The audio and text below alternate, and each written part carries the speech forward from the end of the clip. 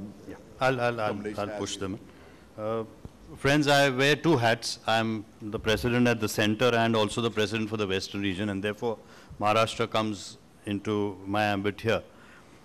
Sir, in the meeting we had with the Chief Minister, we were able to at least influence him on the idea that Shanghai or France, in Paris, a lot of these places have tourism zones.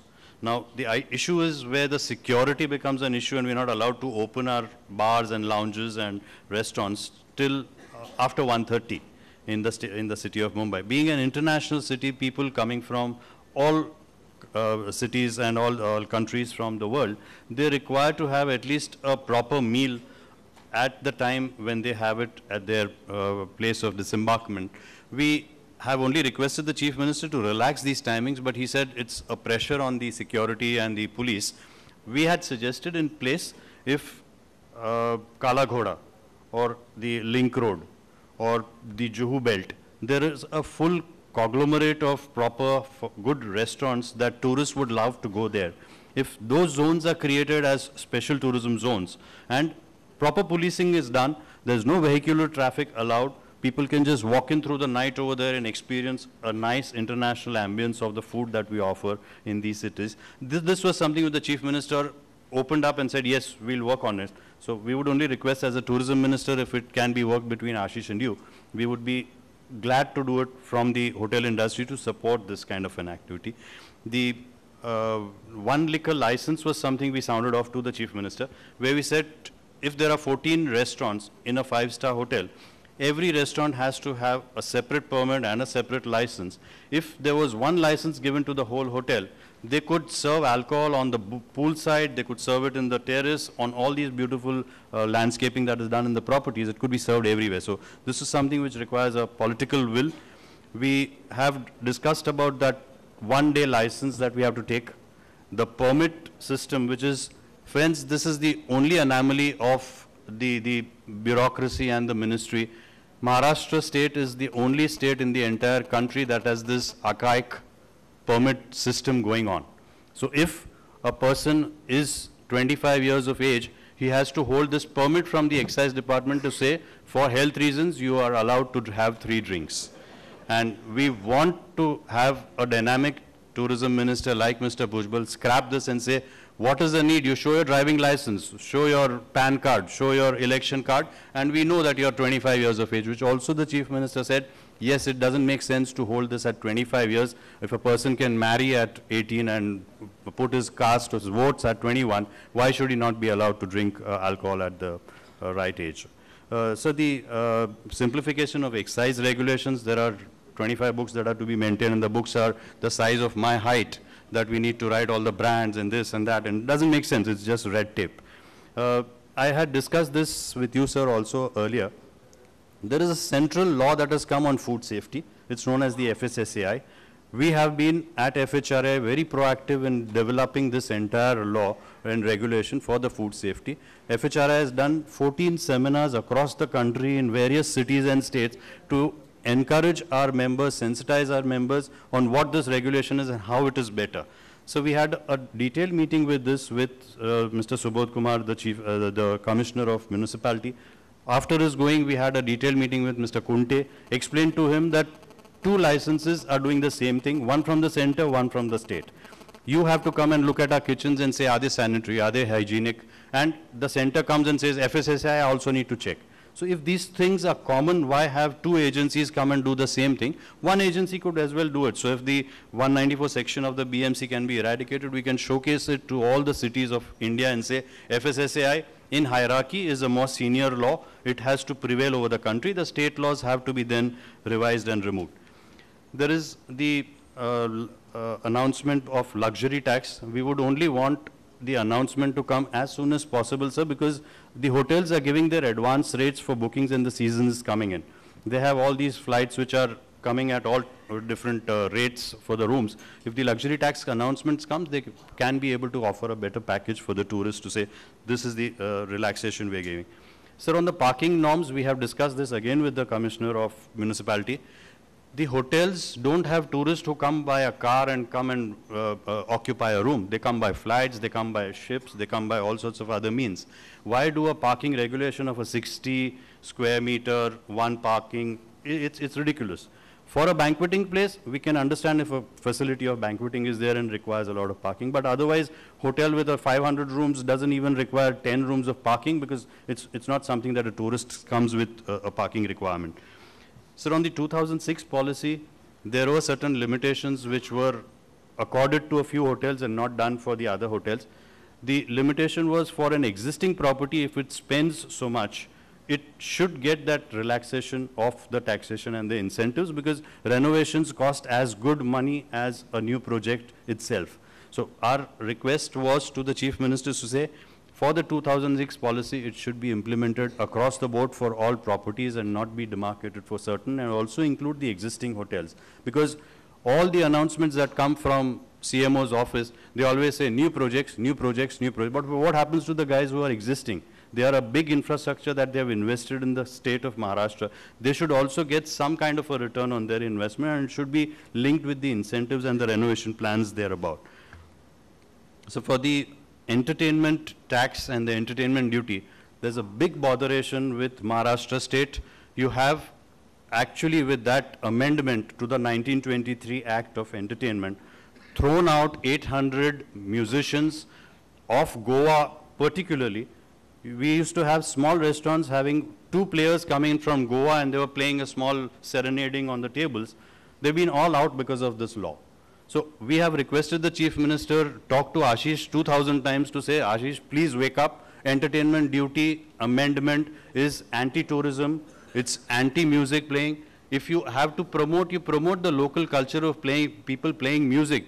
Shut off the pipe music, I can understand. We are playing international music and CDs and everything. You need to have these musicians to be promoted. 800 guys are out of their jobs. A property like Oberoi, at the lobby of the Oberoi, you had a beautiful pianist who was coming and playing in the evening and creating an ambience. Just because of this amendment, they have thrown out that pianist out and said, we can't afford to pay 50,000 rupees a month. For a 5-star hotel, it's 250,000 rupees a month going to the license for allowing a pianist to play in the lobby. This is something which the government can basically get into. So on the PPP model, I'm very happy to note that the ministry has been able to give the stamp duty waiver, but it's exactly what the government does. So we were given one relaxation in this budget on infrastructure status. If a hotel property came about in a place which was not a city and the population was more than 1 million citizens, it could get an infrastructure status for that property.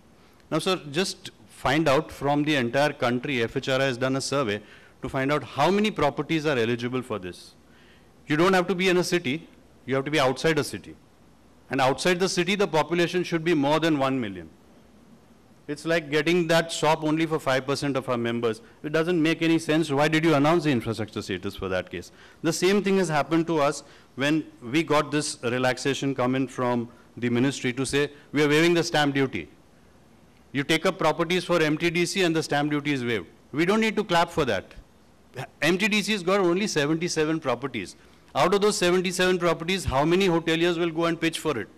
If they are taking over those properties, how many of them will ask for this stamp duty? It's a no-brainer. What are you announcing? You are announcing something which is not going to benefit the industry at large. You waive stamp duties for all hotels that are coming up in the state of Maharashtra for the next 5 years, 10 years. We'll give you a round of applause for it. So for the announcement that you made on the government land on the private, public-private partnership, we have even the other schemes in the ministry. We can go and discuss that with the ministry. For want of time, I'm only not dwelling on them. On the last point that I would bring about is the Hospitality Development Promotion Board. I would compliment your ministry, sir. You are the only state in the entire country besides Manipal and Mizoram, which don't really matter, to have accepted this proposal from the center, which the FHRI has worked relentlessly to bring in. The HDPB had been passed through the Cabinet of Secretaries first so that the bureaucracy was silent.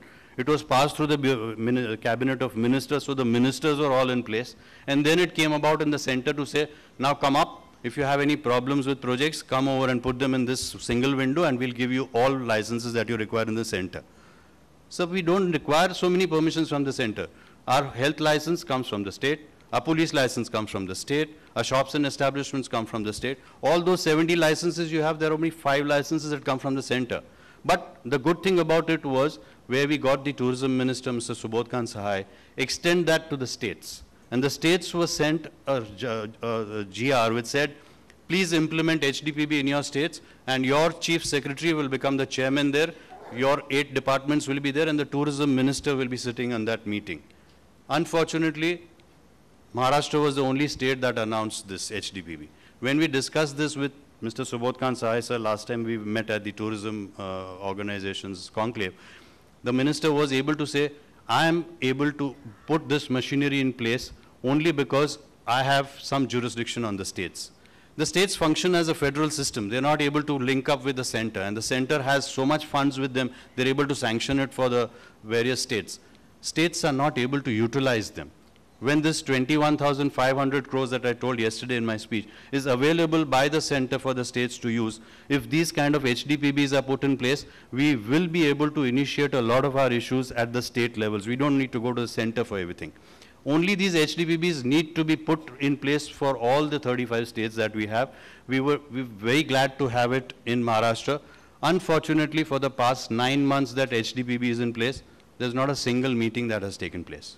So my only request to Ashish and you, sir, is if you just hold meetings in 3 months, every 3 months, just send your minutes to the center. The moment your minutes go to the center, we'll follow up with FHRI at the center and say, issues which are there in this state, please have them resolved. You need certain announcements to come from the center to the state, we'll initiate that from the FHRI with the Ministry of Tourism to say, please give these things that permissions are required for the states. So this is an up and down way of running away from this federal system and getting things organized for us at the HDBB. So that probably sums up everything that we had to discuss with the state of Maharashtra and making it a lighthouse state for all the other states to look at, emulate, and create these policies for us. Thank you, sir.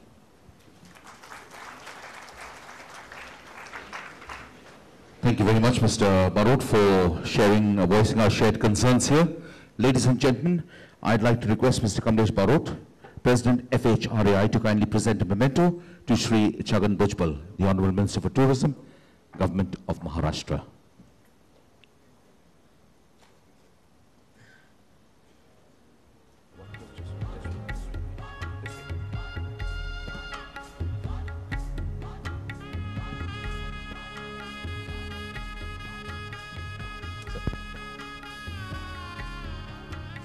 There's a paper that's been sent from the region. The entertainment duty on performance and music in restaurants without change in the without charge is proposed to be withdrawn. The Revenue Department will be moving a proposal very soon, but it needs an amendment in the Act, and hence we will go to the Assembly.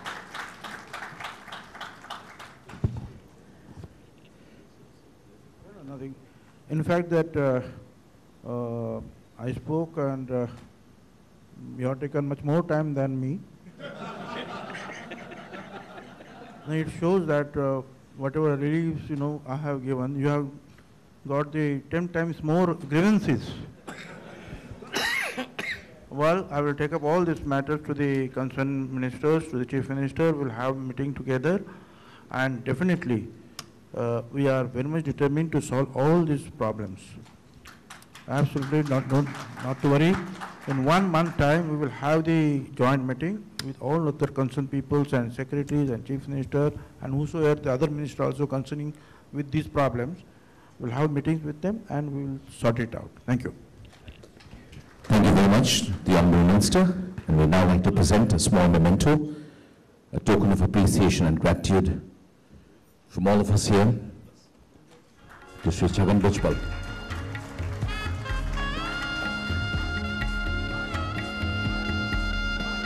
Thank you very much, sir.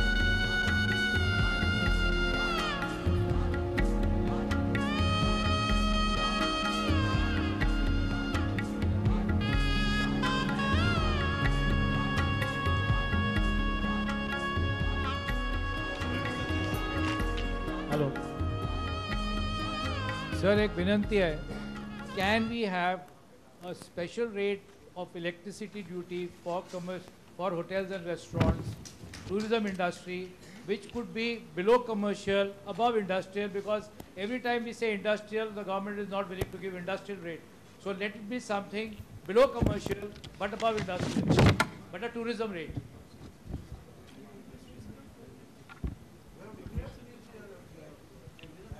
These all hotels and industries. It will come under industry now, na? But not being put into effect. The rate, the electricity. Yeah. That implementation we will do very soon, okay? Thank you so much. Thank you.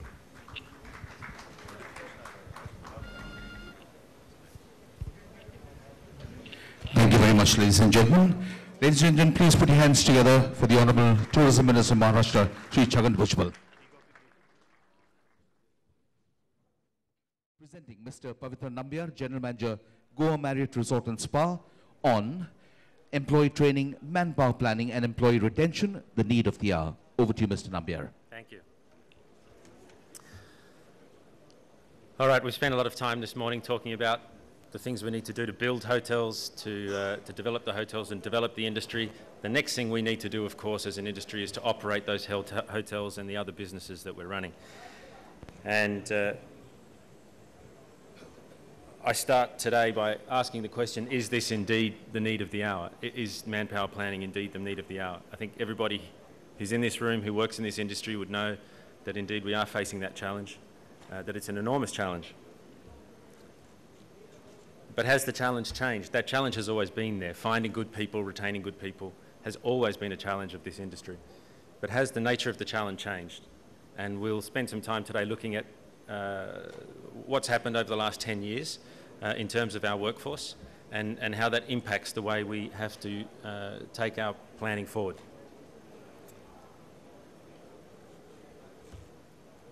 So yes, we have a problem.